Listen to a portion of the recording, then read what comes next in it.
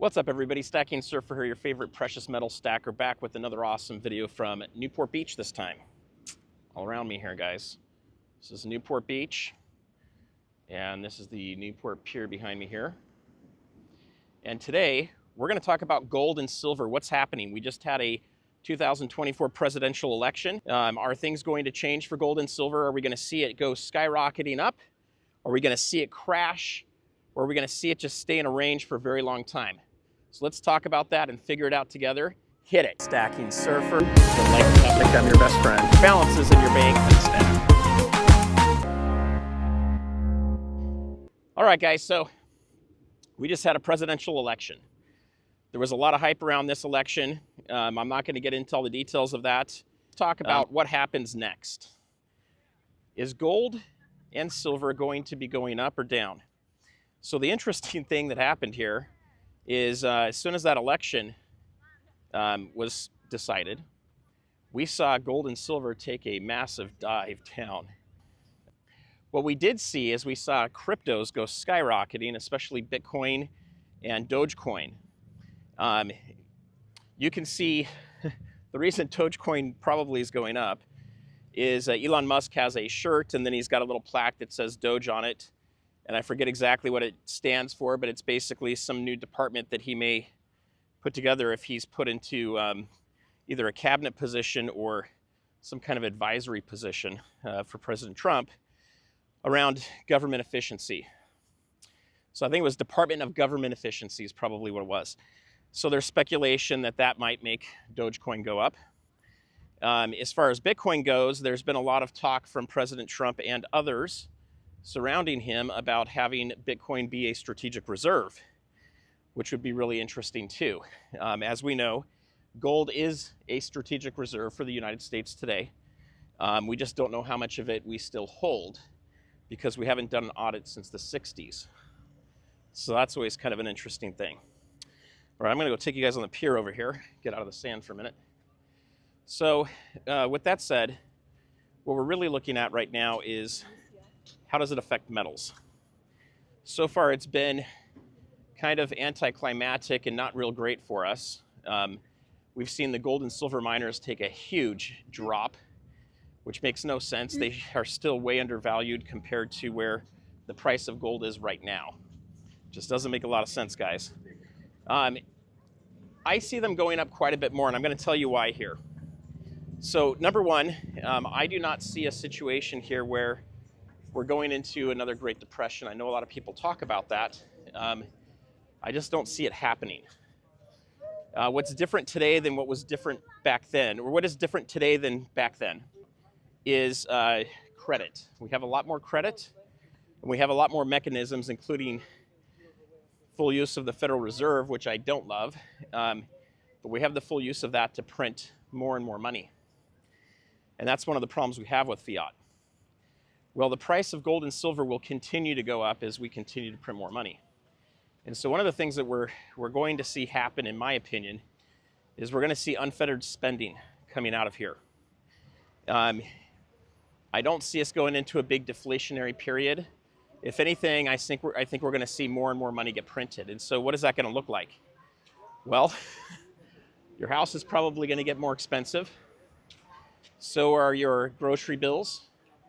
And, you know, it's to be seen whether our pay will go up or not. And so one of the best things I think you can do today is buy hard assets. The hard assets I like the most are gold and silver. The reason I look at gold is I see gold as wealth insurance. It is past the test of time. And, you know, we're going over 6,000 years now of people using it. And it continues to hold value. It's never gone to zero as far as I know. And I don't ever see it doing that either. There's always value for it. It's physical, it's tangible, it's real. It can be used for jewelry. It can also be used for high-end electronics. It conducts electricity very well. Enter silver. Here's the big one. Silver has the same potential, if not more, than gold because it's used for industrial uses. And as of right now, it's so inexpensive compared to gold, it's not recycled. And even when it gets to the point where they start to recycle it, a lot of the uses are not recyclable. For example, it's been said that there is a monster box worth of silver in every Tomahawk missile that the U.S. makes. Those are cruise missiles. And when they go off, those things basically atomize silver. You're not going to be recapturing that. And that's 500 ounces of silver gone poof. And a lot of those things have been being used up in the last few years, and they have to be replenished. And so there is a big need for silver. And if we have more wars or they escalate, we're going to see that issue. Now, even if we see peace on the horizon here, which I would love to see, by the way, they're still going to have to replenish a lot of the weapons that have been used recently. So there's still going to be a pretty good need for it. In addition to that, we've got companies like Samsung that are creating new battery technology for EVs and also for home use. And these batteries use up about 1 kilo of silver per battery. So we're going to continue to see more and more use of industrial. We're going to continue to see more and more industrial use of silver. And I think that is not only going to push the price up, but the demand. Now let's talk about the gold to silver ratio. It is completely out of whack. There is a scenario where we could see 100 or higher on the gold to silver ratio, and that is something that I have a hard time believing, but it has happened in the past. And the reason we could see that is because silver continues to be manipulated by the large global banks, specifically the ones here in the US, continue to short it like crazy. And as long as they continue to short that and no one else, or I should say the demand doesn't pick up enough to outdo that short, we're going to have a hard time breaking through some of these numbers.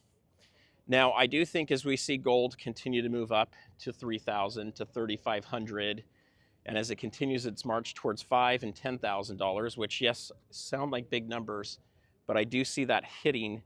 I do see gold hitting those numbers over the next 10 years, maybe sooner. And that's not necessarily a good thing. That means we're going to be printing more money and everything's going to be getting more expensive. But if you're holding these assets, you'll be able to kind of maintain that, which is great. So one of the things that I'm looking at in my portfolio to kind of get ready for this is understanding how to use gold and silver, how much I personally want to hold to basically hedge against inflation and other costs that are going to go up. And I want to make sure that I'm able to retain the assets I have. You know, my goal is to continue to have more and more assets each year. I'm not really worried about the cost of acquiring those assets as much as do I have more the next year. If I continue to acquire more and more assets and the prices continue to go up, I'm going to be in good shape. So with that said, I still think silver is a tremendous play. Yes, that ratio is really out of whack, but at some point they are not going to be able to continue to manipulate it. And when that breaks, you're going to see silver go from 100 potentially if it gets up that high. I think we're at about 85, 86 right now. You're going to see that dropping. And when that drops, you're going to see the price of silver do something wonderful, which is a 2 to 3x on its price. So I really think we're within the realm of seeing $50 to $75 silver without any major issues happening. We just need the ratio to back off. And that's with gold sitting at its existing price. Now, as gold goes up to $3,000, $3,500, as that starts to happen, you're going to see situations where silver is going to continue to get pulled up even without the ratio changing. But that's one of the reasons I think you're going to get a snap around potentially up to 100 on the GSR. And then I think shortly after that, you're going to see it starting to snap back up. They're not going to be able to hold it down forever. So my advice to everybody, if you're considering buying silver, and I can't give you financial advice whether you should or not, but if you're considering buying it, when we see these pullbacks, they're not happening for very long. They're happening for 1 or 2 days, and they're disappearing on us. So if you're in the market to buy silver and you feel that this is a good investment for you and a good hedge, I think those are the times to be looking to buy. Don't be fearful. Don't be freaked out about it. If you're really short on cash and you're looking to buy silver out of fear of missing out, be very careful there. Silver is a metal that has a pretty high premium. A lot of times you're going to be paying about 15 to 20% on the premium. And when you go to sell it, you're also going to be getting a discount on what you sell it for. So this isn't a metal that you want to turn around really quickly and sell. So only buy what you know you can hold on to for 3 to 5 years. Otherwise, I would hold the cash for now.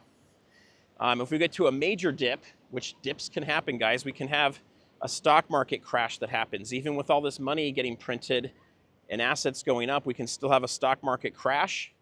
And when those happen, it will drag gold and silver down to prices that you do not want to see as a holder, but you do want to see as a buyer. So we still could see $17 silver. We could still see $1,700 gold. Now, I don't think they would last very long at those prices. We'd probably only be there for a couple months. And those metals in previous cycles like that have proven to rebound quicker than anything else. And so usually what happens is people are selling off their metals, not because they don't believe in them, not because they don't trust in them, because they need cash. They've lost money in the stock market. Maybe they're losing some money in real estate. Maybe they're losing money in crypto. And now they're needing to shore that up, and they go after their metals. So I also recommend having a cash war chest too, okay? I think it's good to have a percentage of cash with you at all times, not on your person, but in your portfolio.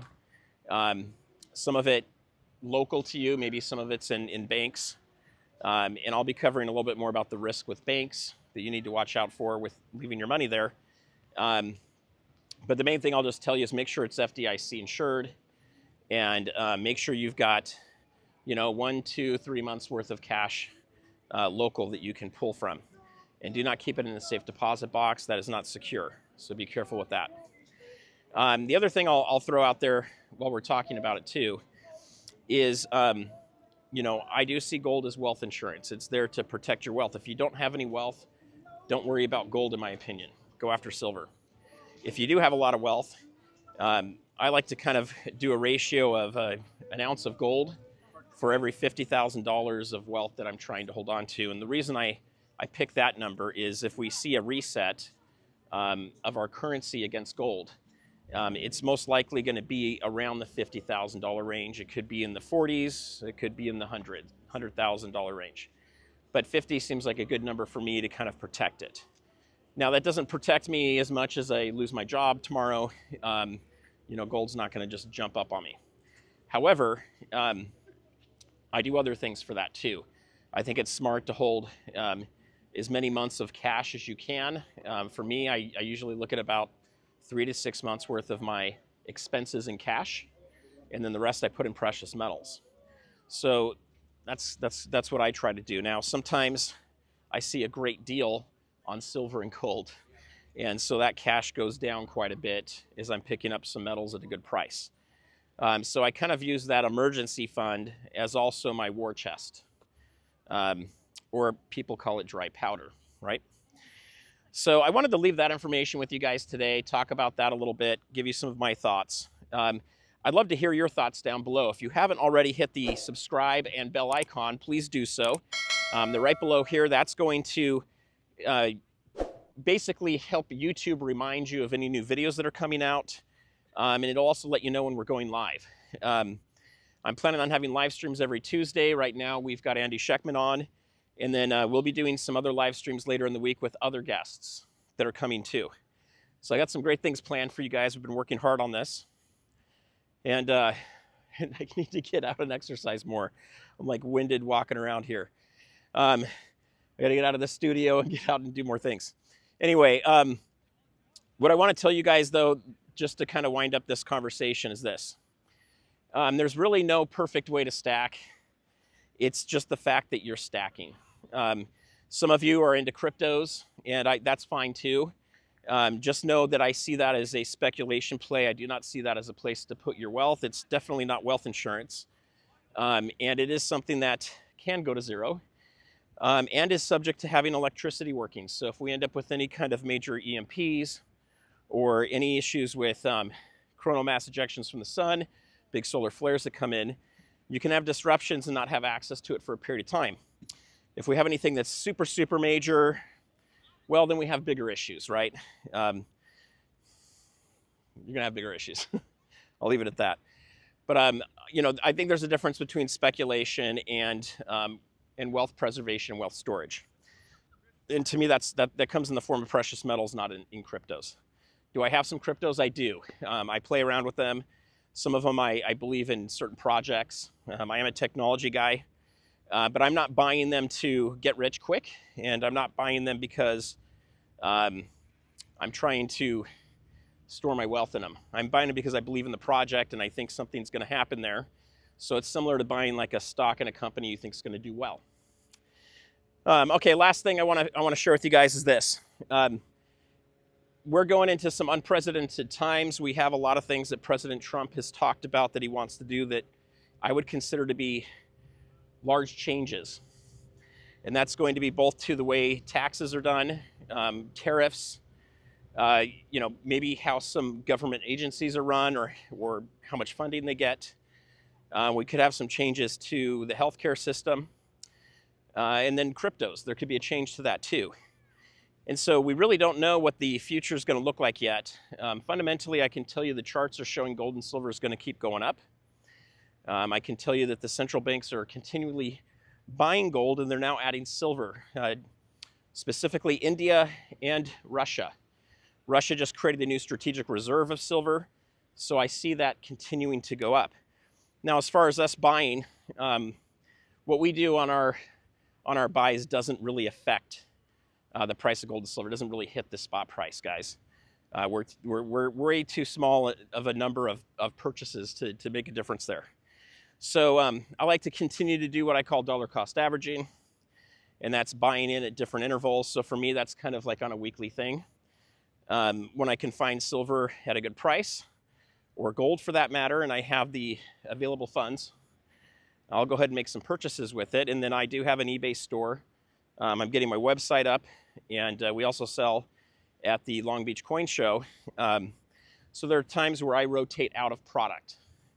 So I might have something for a while that's kind of fun, and I realize I don't like it as much anymore, or I know that it's a product other people are looking for. And if I can turn it and make a little bit of a profit so that it allows me to grow my stack, I do that. But I want to thank you guys for coming out today. And take a look at these other videos here. I think these will be helpful for you on stacking. And I'd love to hear from you. What are your thoughts? Do you think the price of silver and gold are going up? Do you think we're going to go into a Great Depression? I hear a lot of people talking about that. Or do you think we're going to hit into hyperinflation? I tend to lean more on the hyperinflation side is what I think is going to happen. And the last thing I'll just tell you guys is make sure you got food and water, and stay safe. Until next time, peace out.